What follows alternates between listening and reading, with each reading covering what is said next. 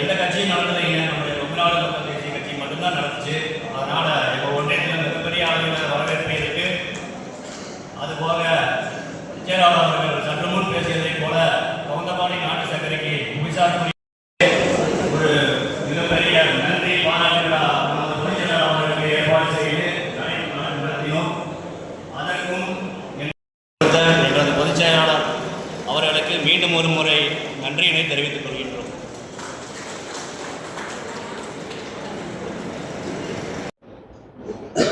ஊடக நண்பர்கள் அனைவருக்கும் கொங்குநாடு மக்கள் தேசிய கட்சியின் சார்பாக மாலை வணக்கத்தை தெரிவித்துக் கொள்ளுகின்றோம்.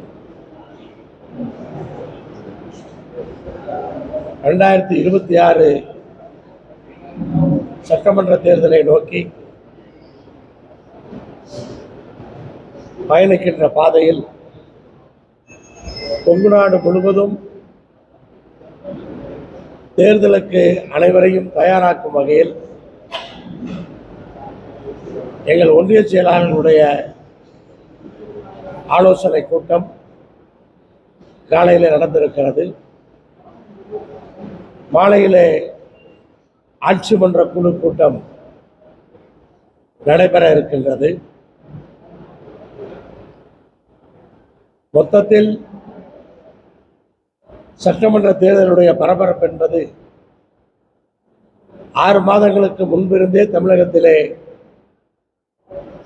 ஆரம்பித்திருக்கிறது. கொங்குநாடு மக்கள் தேசிய கட்சியினுடைய அரசியல் என்பது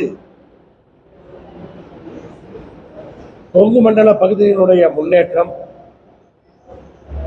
தமிழ்நாட்டினுடைய வளர்ச்சி என்ற கோணத்திலே தான் நாங்கள் அரசியலை அணுகுகிறோம். எப்போது அரசாங்கத்தால் நல்லவை நடந்தாலும் அதற்கான வரவேற்பையும் பாராட்டையும் தெரிவிக்கின்றோம். அதே சமயத்திலே ஏதாவது குறைகள் இருந்தாலும் அதை சுட்டிக்காட்டுவதற்கு எப்போதும் தயங்குவது கிடையாது. அப்படி நாம் இங்கே பயணித்துக் கொண்டிருக்கிறோம். நாமக்கல்லை பொறுத்தவரை பல்வேறு விஷயங்கள் நடந்திருந்தாலும் இன்னும் ஒரு சில விஷயங்கள் நடக்காமல் இருக்கிறது. அதற்கும் தொடர்ந்து தேவையான நடவடிக்கைகளை மேற்கொண்டிருக்கின்றோம். இப்போது கூட நாமக்கல்லுடைய சுற்றுவட்ட சாலையை அமைச்சர் அவர்கள் திறந்து வைத்திருக்கிறார். திருச்செங்கோட்டினுடைய சுற்றுவட்ட சாலையும் திறப்புக்கு தயாராக இருக்கிறது. இப்படி அந்த பணிகள் எல்லாம் இன்றைக்கு நாமக்கல் மாவட்டத்திலே நிறைவு பெற்றிருக்கிறது. நாமக்கல் மாவட்டத்தை நிலத்தடி நீரை மேம்படுத்துகிற திருமணி முத்தாறு திட்டம் இதுவரை நிறைவேறாமல் இருப்பது வருத்தப்படக்கூடியது. அதை தொடர்ந்து நாங்கள் பேசிக் கொண்டிருக்கின்றோம். அதே போல அவிநாசி அத்திக்கடவு திட்டத்திலே விடுபட்ட குளங்களை இணைக்க வேண்டும் என்ற கோரிக்கையும் தொடர்ந்து வைத்துக் கொண்டிருக்கிறோம். கரூர், நாமக்கல், ஈரோடு மாவட்டங்களை சார்ந்த நீரேற்று பாசன திட்டங்கள் 11 திட்டங்கள் இன்னும் கிடப்பில் இருக்கிறது. அதற்கான ஒப்புதலை பெறுவதற்கான அந்த முயற்சிகளையும் நாங்கள் செய்து கொண்டிருக்கிறோம். ஆனால் இன்றைக்கு நடந்த அத்தனைக்கும் பாராட்டும் பொழுது இந்த விஷயங்களும் நடக்க வேண்டும் என்று தேர்தலுக்குள்ளாக இதற்கெல்லாம் அறிவிப்பு பெற்றுவிட முடியுமா என்கிற வகையிலே நாங்கள் இன்றைக்கு முழு முயற்சி எடுத்துக்கொண்டிருக்கிறோம். அதனால் வருகிற தேர்தல் என்பது தமிழ்நாட்டினுடைய வளர்ச்சியை கருத்திலே கொண்டு இருக்க வேண்டும் என்று மக்களிடத்திலே கோரிக்கையாக இந்த நேரத்திலே நான் வைத்துக் கொள்ள விரும்புகின்றேன்.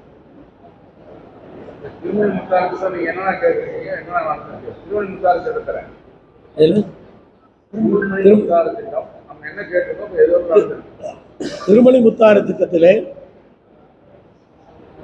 சேலம், நாமக்கல், திருச்சி 3 மாவட்டங்களில் இருக்கிற குளங்களை கண்டிப்பாக நிரப்ப முடியும்.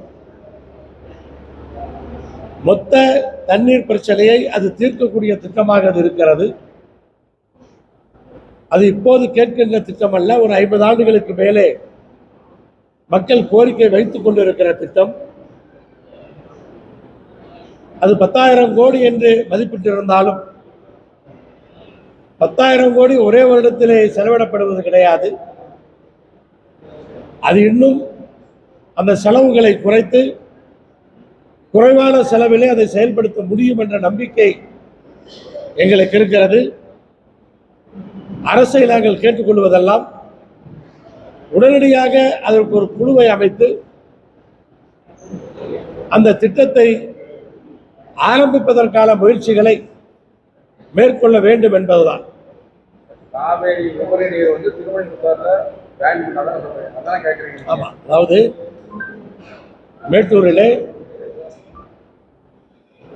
காவிரியிலே உபரியாக திறந்து விடப்படுகிற தண்ணீர், அது திருமணி முத்தாறு திட்டத்தினுடைய அந்த திட்டத்திலேயே அங்கு தண்ணீர் எடுக்கக்கூடிய இடம் காவிரியிலே உபரி நீர் வருகிற நேரத்திலே தான் தண்ணீர் இதிலே வரும். அந்த உபரி நீரைத்தான் கேட்கின்றோம். உபரி நீர் வருவதை அனுப்பினாலே போதும், வீணாக கடலில் கலக்கிற அந்த தண்ணீரைத்தான் நமது வறண்ட பகுதிக்கு திருப்ப வேண்டும் என்று கேட்கிறோம். அதுதான் திருமணி முத்தாறு. ஆட்சி மன்ற கூட்டு இப்ப ஒரு 5 மணிக்கு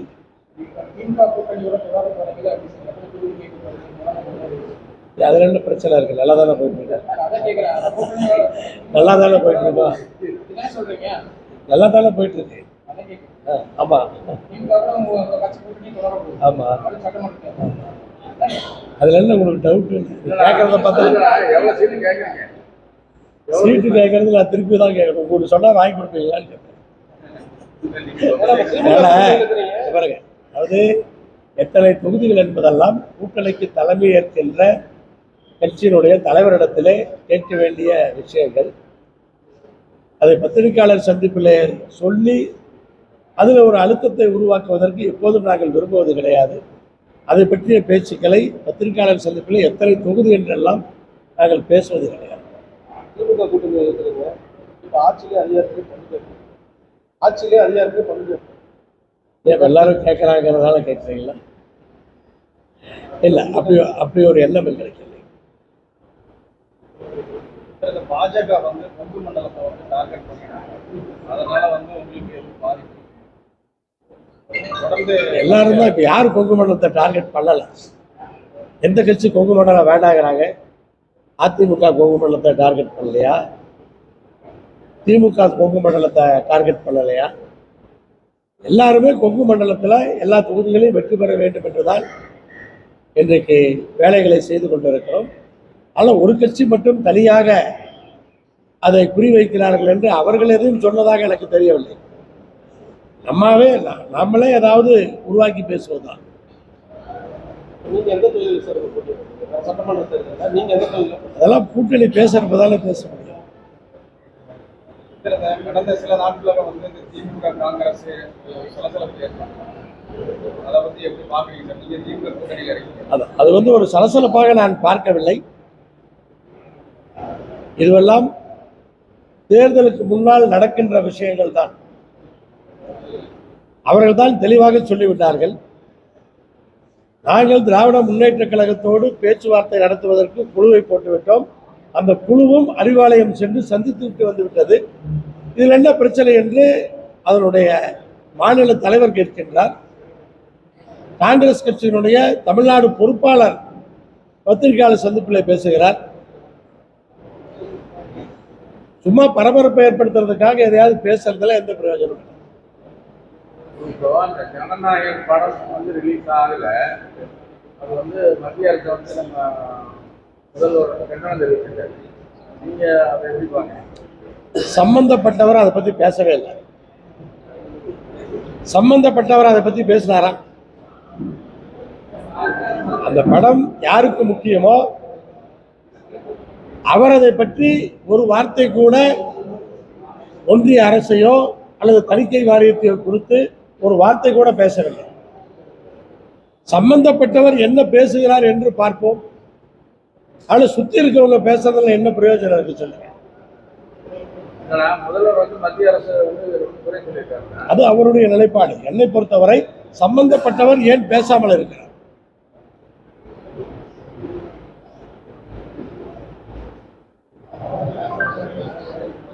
ஏன் பேசாம இருக்காரு நீங்க நினைக்கிறீங்க? அது அவருக்கு தானே தெரியும். நீங்க அவரை கேட்கணும். அவர் ஏன் பேச மாட்டேங்கிறாரு எங்கிட்ட கேட்டால் எனக்கு எப்படி தெரியும்? அவர் பேசலைங்கிறது எனக்கு தெரியும். அந்த கருத்தை உங்களோட பகிர்ந்துக்கிறேன். ஏன் பேசலைங்கிறது அவருக்கு தான் நீங்க கேட்கணும், இல்லை அவங்க கட்சிக்காரங்கிட்ட கேட்கணும்.